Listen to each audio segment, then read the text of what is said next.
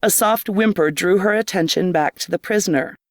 Every time Pearsoff tried to reach for the manacles around the poor man's wrists, the humanoid moved away. Maybe she knew why. "Let me," she ordered. The security chief gave her a questioning look. "I'm dropping my shield," she added. "Might I suggest you don't?" Pearsoff stepped back, and Will took his place in the doorway. The prisoner continued to stare at them from the rear of the cell.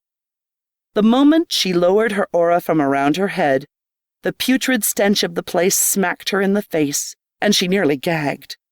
Now she understood why they had detected the foul smell.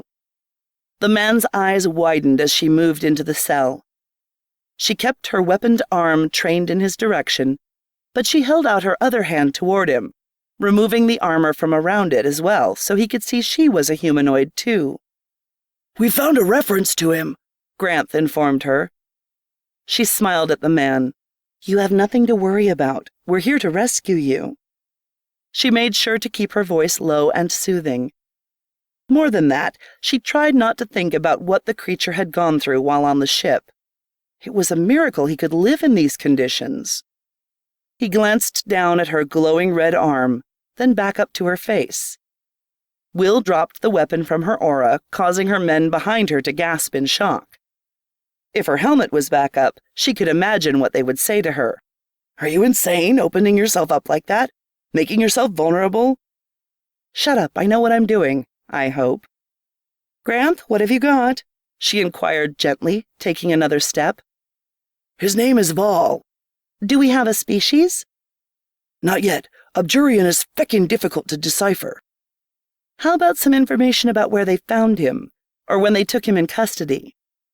"I'll let you know when I find something," the communications officer promised. "VALL?" Will said the name aloud and watched for a reaction.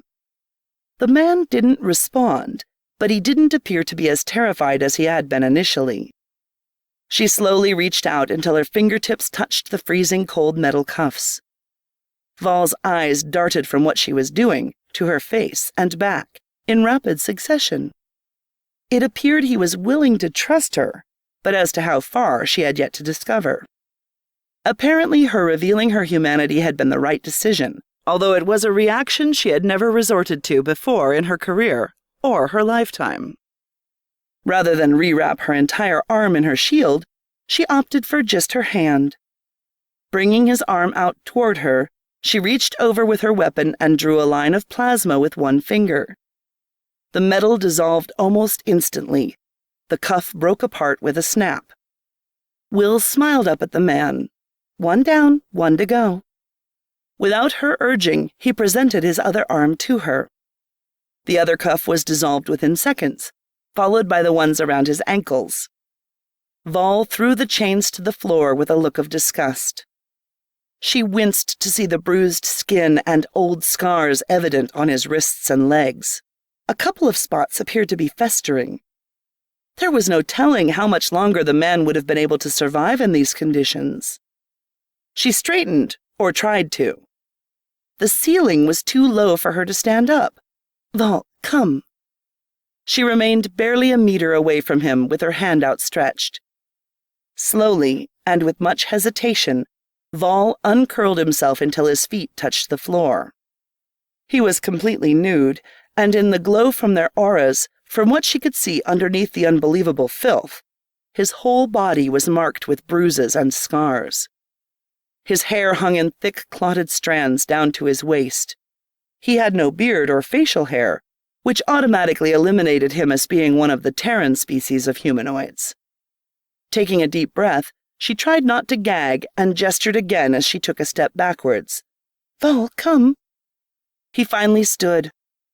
As she'd suspected, he was taller than her, meaning he had to bend at the waist. Even hunched over, his shoulders brushed the ceiling.